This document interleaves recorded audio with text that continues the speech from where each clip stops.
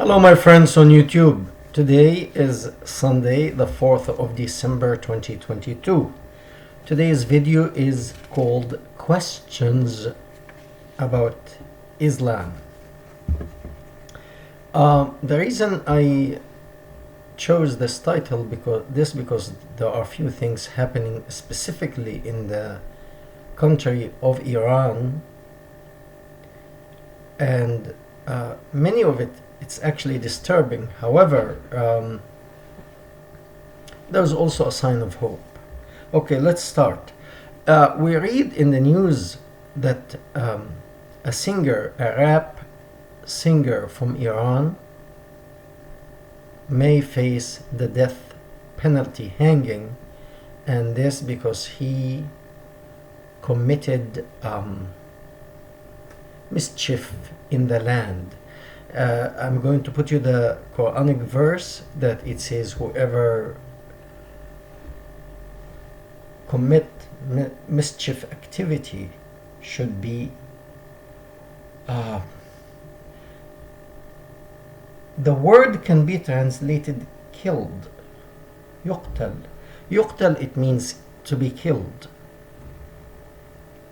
But the way it's used is not يقتل, is يقتل, or the plural is يقتل. The regular word for those who know Arabic is يقتل. But when you emphasize that letter in the middle, instead of يقتل, يقتل, it gives totally different meaning. However, if you take that word and put it to Google Translate, it will translate both words the same, to kill. But the way it's used in the Quran is not just to kill, but it is to exercise violence in, like, for example, if two armies are fighting one another, yes, there are people killed, there are soldiers killed, but killed by they are shooting at each other. So if I shoot another soldier, the bullet hits him and he dies or whatever, he's killed. But in the other manner, when we say يقتل, this, like, you take him and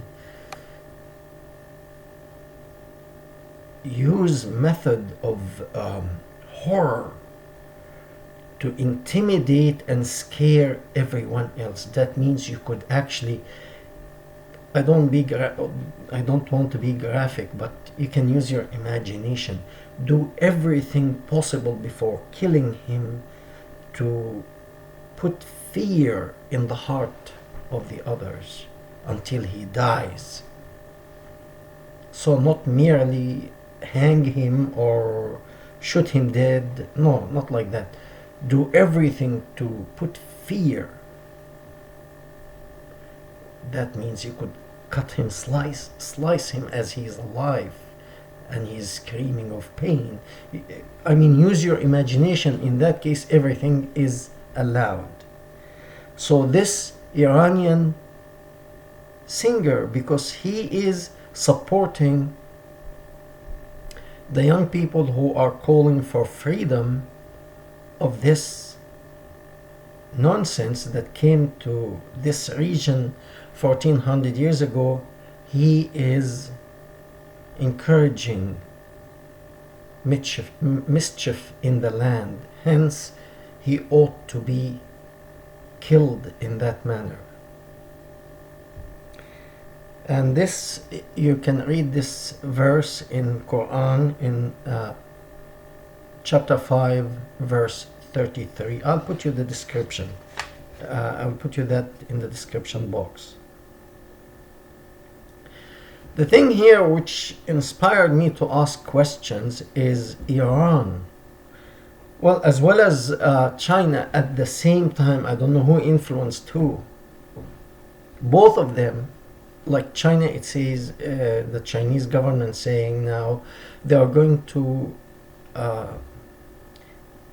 loosen the grip in the big cities of the lockdown because of coronavirus. They are losing the grip. And the same thing, we hear it from Iran, but on a bigger scale. Iran, the authority in Iran get rid of morality police. Actually, when you translate the word, it's not just morality. When the word here is used, it means the police that prevents promiscuity. So the people who should not be promiscuous. And that's very interesting. So you get rid of the police that keeps morality. That means you became immoral now. You were moral until the beginning of December 2022. You were practicing morality since 1983 until 2022, and then you decided to be immoral.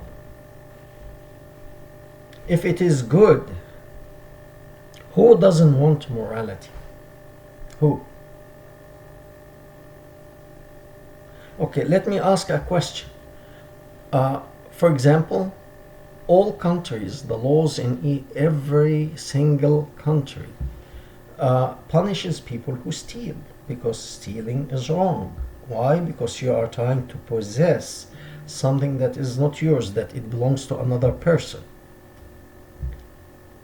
Does that mean that nobody steals? No, people do steal, but the law says you shouldn't steal. Shouldn't and applying it is two different things. So if the morality is to cover, you see, it's the morality to cover for women to cover their heads, and you leave it there. People cover, that's their business. Don't cover, that's their business. Okay, but to use the power of the state to control people, whether it is to apply morality or to apply forcing them to stay home, like in China, by force, so that they don't get sick. And then you change that. At least in the case of China, is not a religion. You're not applying China is not applying religion by forcing that law, or what, I don't know if it's a law in China, for people to stay home. But it is, if it was a law in China, it's a man-made law, and you can change that. But in terms of religion, you can't, because religion is similar to the natural laws. For example, a person could say, I don't believe in gravity. Okay, you don't need to. But if you fall from the 10th floor hitting the concrete below, you'll die. You don't need to believe it. The law exists whether you believe in it or not. This is a natural law. So, morality here. Were you moral when you applied this law? And what happened when you get rid of this police morality? Suddenly, the whole country of Iran now become promiscuous? It's a question requires answers. Were you the one, the authority, the mullah in Iran? Were you the one who is the good standard of morality? Even your boss, the founder, to rape a woman after you kill her father, brother, husband, and all the men in her tribe, and rape her on the way home, is that good moral standard? Is that morality to you? If your boss was immoral, and you emulate that boss, how can I expect you that you have morality or good moral standard? Uh, so now, it's actually for Iran and Iranian and the Muslim Shiite to answer this question. What happened when they get rid of the moral or the morality police? Does that mean you have no moral standard anymore? Did morality exist because Iran had a police called the moral police or the police of morality? It's a question that requires answers. So now,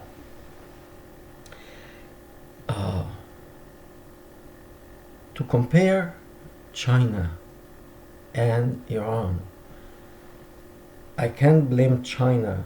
They are trying to ease the situation in China because the young people, the people in general, are sick and tired of that military police state. You go out when we tell you, when you go out, you stay at home as we tell you. People are tired of that, and I guess especially when the World Cup, people watching World Cup, and I'm sure they watch it in China,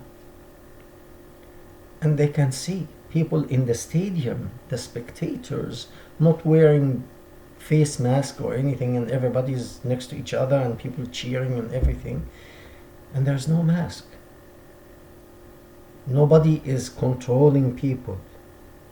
And that's a reason also that the people are encouraged to fight the government, to tell them enough is enough. The same thing is happening in Iran. The people had enough of this nonsense. The mullah nonsense since 1979, but also the whole since 1400 years ago, when the first mullah came, or the first imam, or call him whatever you want to call him. So that also takes us to 1989, when Gorbachev in the former Soviet Union, he saw that the people are not happy anymore with that system. So what he did, he was trying to open the country, the Soviet Union, a little by little. He didn't want the Soviet Union to defragment as it happened. So he was trying to open a little by little to reform that system, that sick system. What happened? It disintegrated almost in 3 days. Finished. It was done. That is very similar timing to today. What's happening in China, they are trying to ease the law of that total restriction, that people almost like machines. You do what we tell you to do or else. People are not afraid anymore. And the same thing is happening in Iran. People followed for a while. People accepted this nonsense for a while, but the time has come. The time has come that both dictatorship is facing the people now.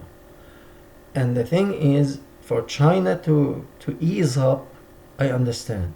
But to change, because that's in Iran is supposed to be based on Islamic law. Let's go to take Israel per se, because it's a Jewish state, and let's say the Israeli people calling for the in the Ten Commandments it says don't steal. Let's say the Israeli people want to get rid of that law. They don't want it. No, you can't compromise an eternal principle. Like you can't call for to get. You cannot say I want to get rid of the law of gravity. You can't say that. That's an eternal law. It was before, in the past, it is true today, and it will always exist. Gravity is gravity, you have to accept it. Stealing didn't become wrong because it's written in the Ten Commandments. No, it was wrong before the Ten Commandments. Before the coming of the Ten Commandments, stealing was wrong. But people did it anyway, so they had to have a clear, verbalized words to say this is wrong. That's when you put it in the Ten Commandments. Don't steal. Okay, so if people in Israel now, all of them, rise up and say, we want to get rid of that law that it says don't steal. It is not a law in the civil government. Government cannot touch that. Okay, it's not a man-made law. This is, I will liken it to the law of gravity, something that it is wrong to do, whether it's in the past, today, in the present, or in the future. Okay, so for Iran to change a religious law, well, they said it is a religion. It is based on the religion, and if it's based on the religion, it must be correct or useful in the past, in the present, and in the future. To change it now, you are actually violating heaven's law. And how can you stand as a religious leader now when you violate heavenly tradition, heavenly laws? We need an answer for that. How come now you let go of a heavenly law if it was heavenly? So if it was heavenly, why you change it now? Or was it a way to control people and you attribute that to heaven so that you can control people? Good luck. Okay, one thing about Saudi Arabia, the wisdom of, I don't think it's only the Crown Prince of Saudi Arabia, I think the team that is surrounding him too. They are advising him to do things the right way. So he started early. He knew that this is coming to an end. So unless he takes a stand and change things,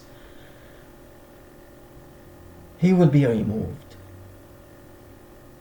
And that is the tragedy. The thing is, I think the change happened in Saudi Arabia and in the Gulf region as a whole smoothly. The transition happened. Iran until now is changing, but it's changing under pressure. The call of the people to change. And if they start to say, okay, we will end the police morality, the people is not actually because of the police morality. They are sick of the system and the faith, that kind of faith. So the next step, they will not stop. Okay, it will not be just the headscarf is the beginning. The covering of the hair, this is the beginning. So you tell them, okay, well, ease up and change, and we're not going to have the morality police anymore. So if you want to wear the scarf, it's fine. If you don't, okay, they will call for something else. We need to be free. If we want to drink alcohol, open bars. And you may resist for a while, and then you will open bars. And prostitution. Next, actually, it's not that I'm encouraging prostitution, but Iran has legal religious prostitution. And I think it was Channel 13 here in the US that did a program about that, and they went to Iran undercover. And the person was asking, I want a young girl, such and such age, for half an hour. I want to marry her for half an hour. They say, yeah. Go to the mosque over there, and the imam or the mullah, he organizes that. He takes a commission, but yeah, he will find you a girl. The girls go and give their names and everything. And if you want a virgin, there are virgin, but their prices are a little bit higher. And you can agree with her for 1 hour, 1 week, 1 day, whatever you want, and everything has its own price. You want a virgin is this price. You want whatever. Anyway, we don't want to talk about it. But anyway, Egypt and Saudi Arabia, that area is mainly Sunni, mostly Sunni, and Sunni, under the leadership of the Crown Prince of Saudi Arabia, somehow they moved out of that in a smooth way. Egypt moved, but based on what Al-Azhar, which is the religious authority that tells you what's right, what's wrong in Egypt, Al-Azhar University, these I call them the prostitute of the Sultan. Whatever the Sultan would like to have done, they will clap for him and find a way. They will applaud him and find a way to justify whatever he says. So if the Sultan or the leader, whether it was Nasser or Sadat or Mubarak or what have you, says alcohol is okay, they will find something to justify drinking alcohol if you want. And if he says alcohol forbidden or prostitution forbidden, they will find a way to justify what he is saying. Anyway, they are running away with they are running with the flow now that it's okay for a woman not to cover her hair, and it's all based on Islamic religion, Islamic faith, and it's all fine if a woman doesn't want to cover her hair. Before that, it was a mandatory, but they changed a while ago. Iran now is facing the same thing. Now, where it will stop, we don't know. It's a question. We need an answer. And if you know answers, or if you have other questions, we welcome them in the comment. Thank you very much, and we hope to see you soon.